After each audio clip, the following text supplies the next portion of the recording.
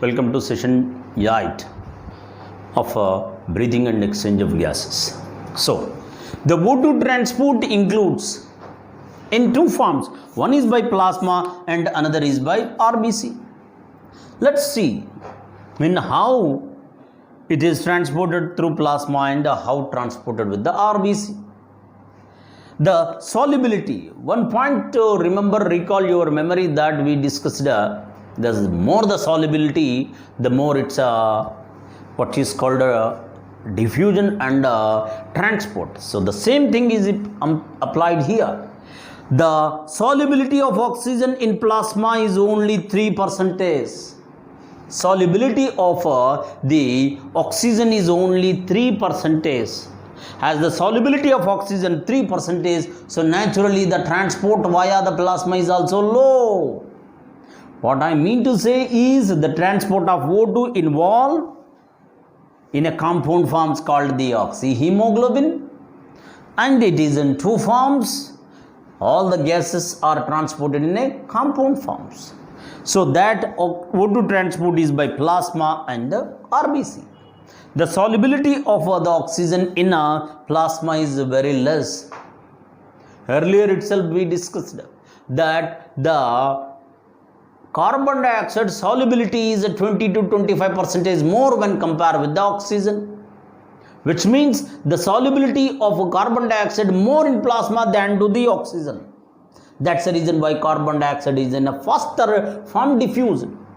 So let's see, plasma is with the 3% solubility so low, it's a transport, whereas 97% is via the RBC.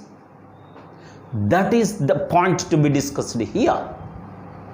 Let's come to the discussion of the transport of O2 via the RBC.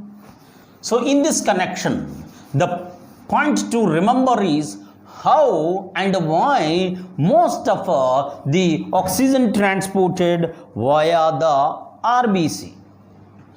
Everything has its reason for the what is called the explanation. RBC. Let's discuss. So by this, what you come to know is the role of the blood in transport of gases. The case with the cockroach, recall your memory.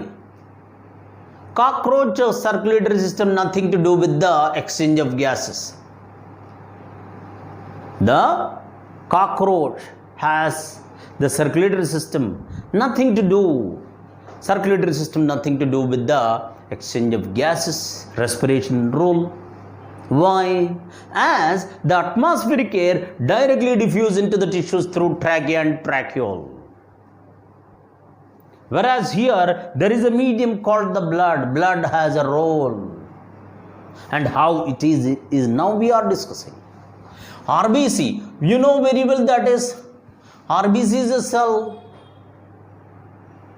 RBC is with the hemoglobin. Hemoglobin is said to be the respiratory pigment.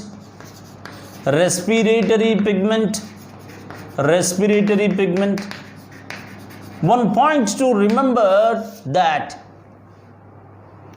respiratory pigment in the case of the vertebrates and chordates and non-chordates we find a difference. The red color of the blood is due to respiratory pigment present in the RBC. Let me ask you a question, that the color of the blood of the Ferritima earthworm is red in color, but RBC is absent. How? This is what I am, the point to remember, that in spite of RBC absent, in spite of absence of RBC, in a earthworm the blood is red in color. Why? That is respiratory pigment called hemoglobin dissolved in the blood plasma. This is the point to remember. Understand? And that's what I am saying, that the chordates and the non-chordates show the respiratory pigment dissolving nature. That is, in the case of the chordates, vertebrates, the respiratory pigment present in the RBC, whereas the respiratory pigment present in the blood plasma in the case of the non-chordates. So this is what now we'll discuss. Hemoglobin is a respiratory pigment. It is a tetramer, said to be. Hemoglobin is a tetramer. Tetramer in the sense, hemoglobin is with the 4 polypeptides, alpha 1, alpha 2, beta 1 and beta 2. Each polypeptide is with the iron molecule, and each iron molecule is capable of carrying oxygen, 1 oxygen molecule. Look at here. Tetra refers to 4. So hemoglobin carries 4 polypeptide chains. Each polypeptide chain is with the 1 iron molecule, 1, 2, 3 and 4, and each heme is capable of carrying 1 oxygen. So each hemoglobin molecule carries 4 oxygen molecule. Is it right or not? 4 oxygen molecule. Come on, answer. Yes. If that can be denoted as Hb plus 4O2 reversible reaction, HbO2 4 is a HbO2 taken 4. This is nothing but oxygenation process. Oxygenation. I repeat, the hemoglobin is a tetramer which is with the 4 the polypeptide chains, and each polypeptide is with the iron, and each iron carries 1 oxygen molecule. So the total number of oxygen molecule carried by hemoglobin is 4. HbO2 taken 4. This process of formation of the oxyhemoglobin is named to be the oxygenation. Oxygenation enhances the what is called exchange of oxygen to the tissues. So let me clear you more. Basically, the blood is in a purplish bluish red color. Blood is purplish bluish red color in general. When it is combined with the oxygen, it becomes a reddish red color. Do you find the reason? As more and more oxygen is there, it is forming the red color, that is oxyhemoglobin. That's what we see, the process called oxygenation. Generally, I have look at here, I have written the reversible reaction. What do you mean by this? That is, the left become a left side molecules become the right side molecule become the left side. Reversible. What do you mean by this? You mean to say at the alveoli of lungs where oxygen partial pressure is more, so oxygenation taking place. Why? As partial pressure of oxygen is more at a respiratory surface, so the oxyhemoglobin is formed. That I can say it is high partial pressure of oxygen. Arrow mark upside what indicates more oxygen partial pressure, and low partial pressure of carbon dioxide.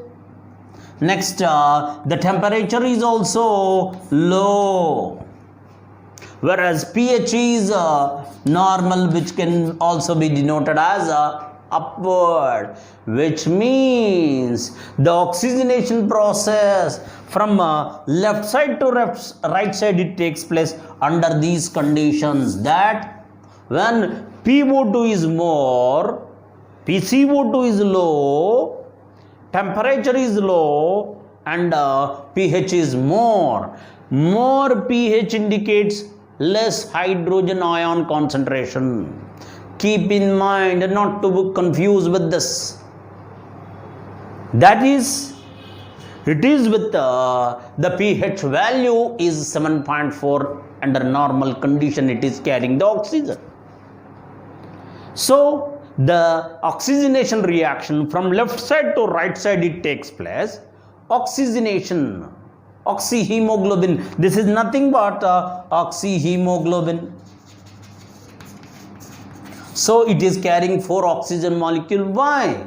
As partial pressure of more of oxygen. So what do you mean by this? You mean to know that oxygen bind with the hemoglobin under the condition when partial pressure of oxygen is more.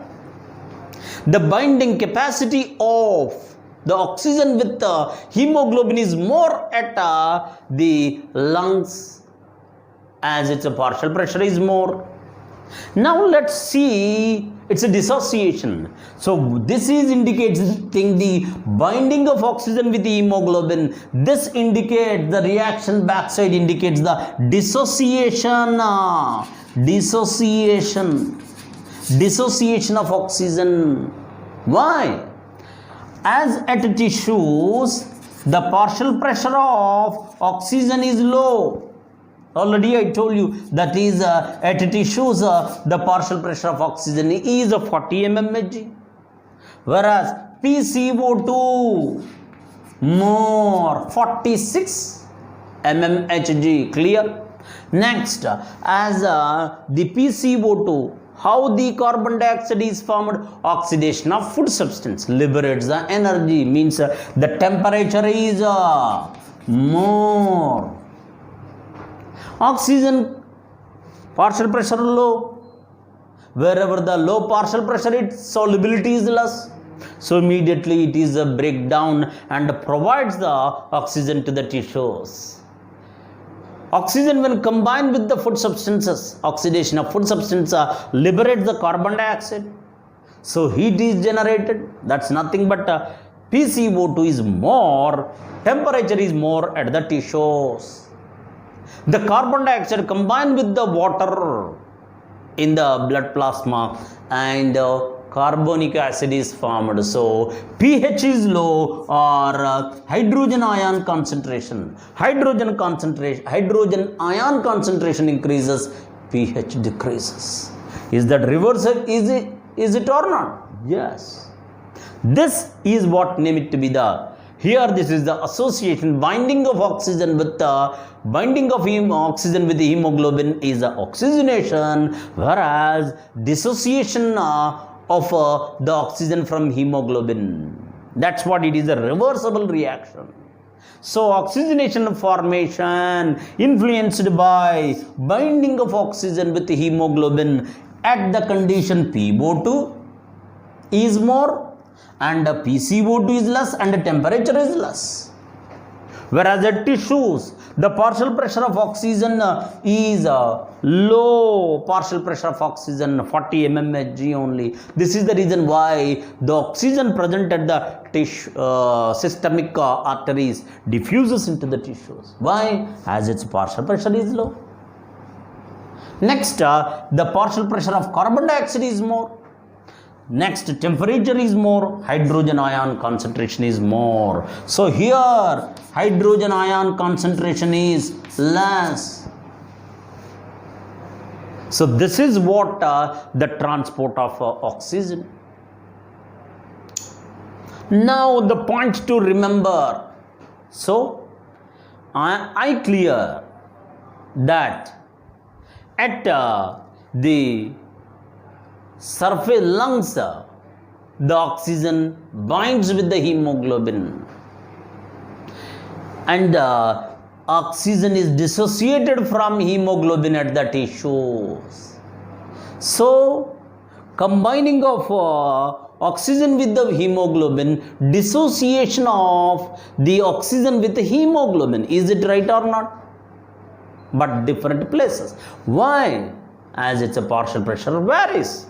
This is what now we learn the oxygen dissociation curve or what is said to be sigmoid curve, oxygen dissociation curve or sigmoid curve. Let's come to the discussion of the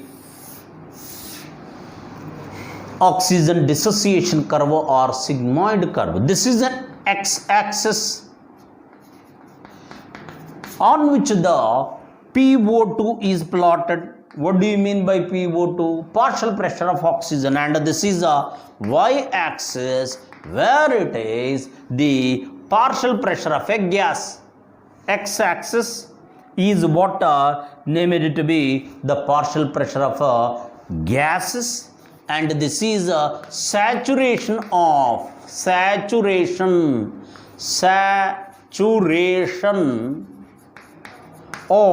hemoglobin. The graphical representation of partial pressure of oxygen with that of the saturation of hemoglobin is said to be the oxygen dissociation curve. I repeat, oxygen dissociation curve in the sense the graphical representation that shows the relationship of partial pressure of oxygen with that of the saturation of hemoglobin. Here, as the partial pressure of oxygen increases, the saturation of hemoglobin also increases. Look at here, this is at 95 mmHg. Saturation of hemoglobin is what we see is saturation of hemoglobin 97%. At 95 mmHg, the saturation of hemoglobin is 97%. And look at here,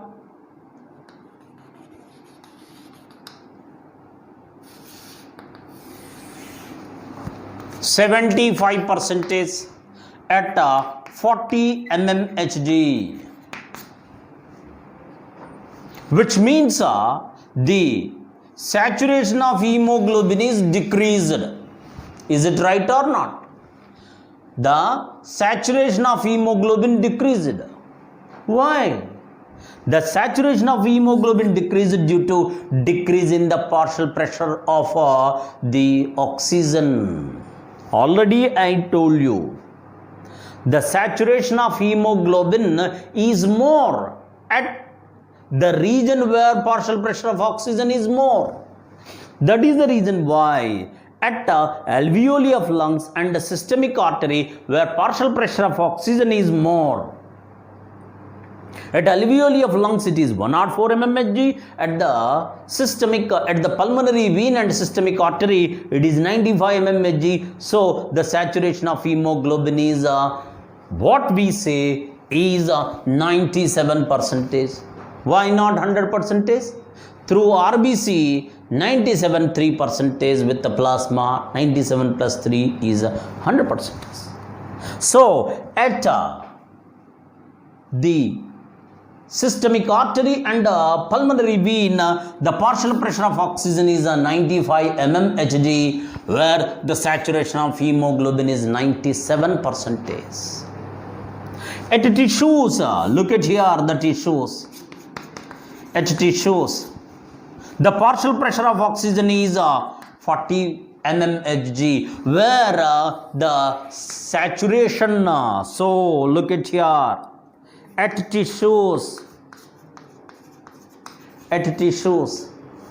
PO2 is 40 mmHg. So saturation of hemoglobin is 75%. Why? At the respiratory surface, at lungs, and here where the partial pressure is more, whereas at the systemic artery and pulmonary capillaries, partial pressure of oxygen is 95 mmHg. So it is with 97%. That is absolutely, the hemoglobin carries 4 oxygen molecules. So at the systemic artery and pulmonary vein, the saturation of hemoglobin including with the plasma as it is a blood, so 100%, which means if hemoglobin carries 4 oxygen molecule, the saturation of hemoglobin is 100%. The hemoglobin, if carries 4 oxygen molecule, so saturation of hemoglobin is 100%. If hemoglobin carries 3 oxygen molecule, so it is 75%. What do you mean by this? You mean that 1 oxygen molecule supplied to the tissues. Why? Where the partial pressure of oxygen is less, so require is there, need is there. So we have discussed that if hemoglobin carries 4 oxygen molecule, the saturation of hemoglobin is 100%. If the saturation of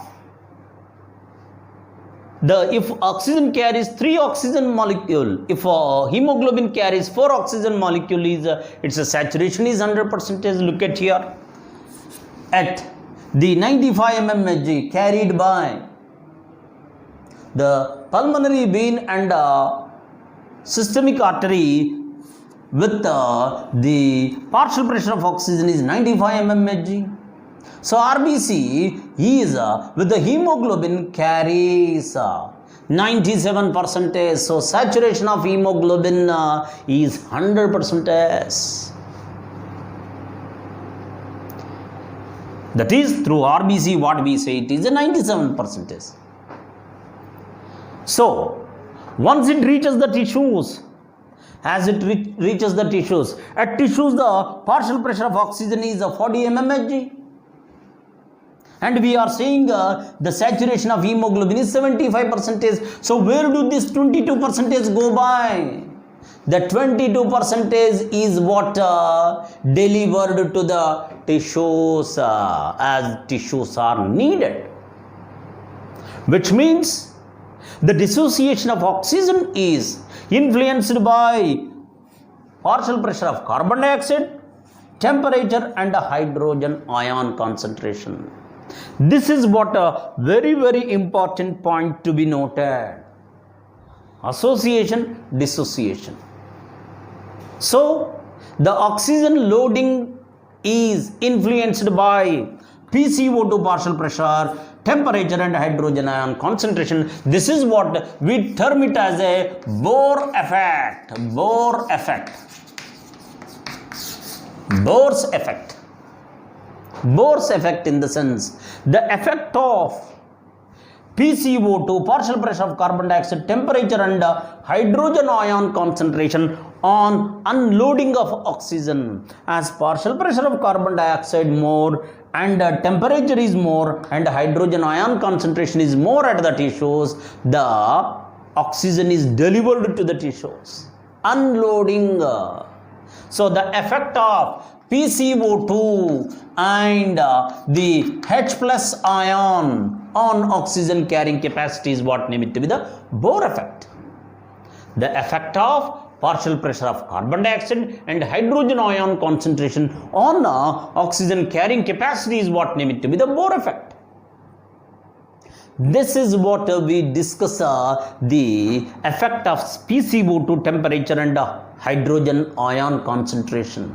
As at the respiratory surface, that is in the systemic arteries and pulmonary vein, partial pressure of oxygen is more. That is the reason why oxygen combined with the hemoglobin, where the PCO2 is low, temperature is low and hydrogen ion concentration is low. That's what it carry the oxygen. That's what it carries, the 4 oxygen molecule. That's the reason why the saturation of hemoglobin is 97%. Whereas when it comes to the tissues, where partial pressure of oxygen decreases 40 mm Hg only, at which the saturation of hemoglobin is 75, which means 97 become 75. Why? 22% of oxygen is supplied to the tissues. So, if saturation of if the hemoglobin carries the 4 oxygen molecule, its saturation is 97%. With plasma it is 100. Whereas if hemoglobin carries the 3 oxygen molecules, its saturation is 75%. So 22% is unloaded, that is given to the tissues. This is what the effect of the PCO2 and hydrogen ion concentration on oxygen partial pressure, which is a Bohr effect. In the same way, the graphical representation that explains the partial pressure of oxygen with that of the saturation of hemoglobin is a oxygen dissociation curve, or the sigmoid curve. Look at here. This axis is, this graph is what, shifting away from the y-axis, that is towards the right side. This axis, if shifted to the right side, the reasons are, look at here, this axis is that is, this graph is shifted towards the right side. Right side shifting is due to increase of PCO2 and increase of temperature, as well as increase of hydrogen ion concentration. The oxygen dissociation curve shifting right side because of increase in PCO2, temperature and hydrogen ion concentration. Why? Where partial pressure of oxygen is reduced. Whereas the shifting towards the left side means the PO2 is more. This is what we discuss as a oxygen dissociation curve. The graph that represents the saturation of hemoglobin with that of the oxygen and partial pressure is what oxygen dissociation curve. And here where we discuss, as the partial pressure of oxygen is more, so more combining with the hemoglobin. So in a systemic artery and pulmonary capillary, the saturation of hemoglobin is 97%. Here see, look at here, 97% at 95 mmHg. Whereas at tissues, the 40 mmHg, so saturation of hemoglobin decreases. Why? As it unloading the 22% of oxygen. So 97% is what becomes 75.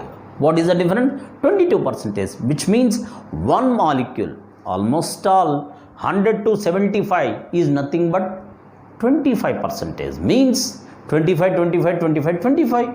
So 75 it is carrying, means one molecule is given, that is what? 100 ml of the O2 blood, 100 ml of O2 blood delivers only 5 ml of oxygen.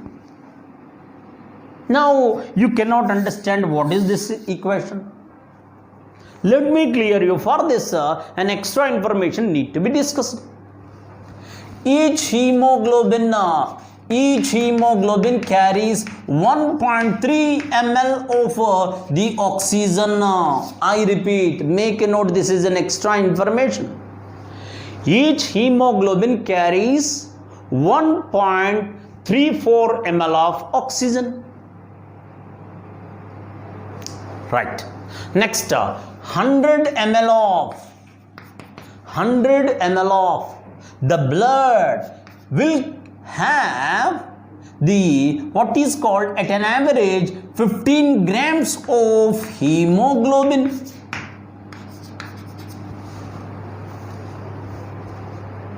What I am saying is 100 ml of, there is a proportion of the hemoglobin Basically from 13 to 18 is the hemoglobin content in the 100 ml of the blood. Each 100 ml of the blood will have the 13 to 18 grams of hemoglobin. I repeat, 100 ml of the blood will have 13 to 18 grams of hemoglobin at an average 15 grams. Clear? You will come to know that in the blood test, but mostly are less than the 12 and 11, so they are anemic itself. Let's see, 100 ml of blood will have 15 grams of hemoglobin. Now each gram of hemoglobin, that's what I told you, each gram of hemoglobin carries 1.34 ml of oxygen. 100 ml of the blood will have 15 grams of hemoglobin at an average. Each gram of hemoglobin carries 1.34 ml of the oxygen. So 100 ml of the blood will have 15 grams of hemoglobin into 1.34. Is it right or not? 15 into 1.34. Let's have a calculation. It will be around 20 ml of oxygen. 20 ml of oxygen. I repeat. 15 into 1.34. Let's have 1.34 into 15. 15 4s are 60. 15 3s are 45. 45 plus 6, 51. 15 4s are 66, 15 3s are 45, 51, 15 1s are 15 plus 5, 20. So 20.10, which means 100 ml of blood will carry 20 ml of oxygen. Is it clear or not? And this equation is very, very important. That is 100 ml of what is an oxygen carrier? Hemoglobin. So for that we have to know the hemoglobin content in our blood. 100 ml of the blood will have 15 grams of hemoglobin. Each hemoglobin carries 1.34 ml. So 15 grams into 1.34 will get the 20 ml. So 100 ml of the O2 blood will have 20 ml of oxygen and delivers 5 ml. So out of 20 ml delivering 20 ml of oxygen means 100%. Saturation of hemoglobin with the oxygen is 97%. And it is delivering how much? 5 ml. So what is the equation? 100 saturation of hemoglobin. Now after that it is 75%, means 25% is delivered, means 1/4 of the oxygen is delivered to the tissues. That is what very, very important.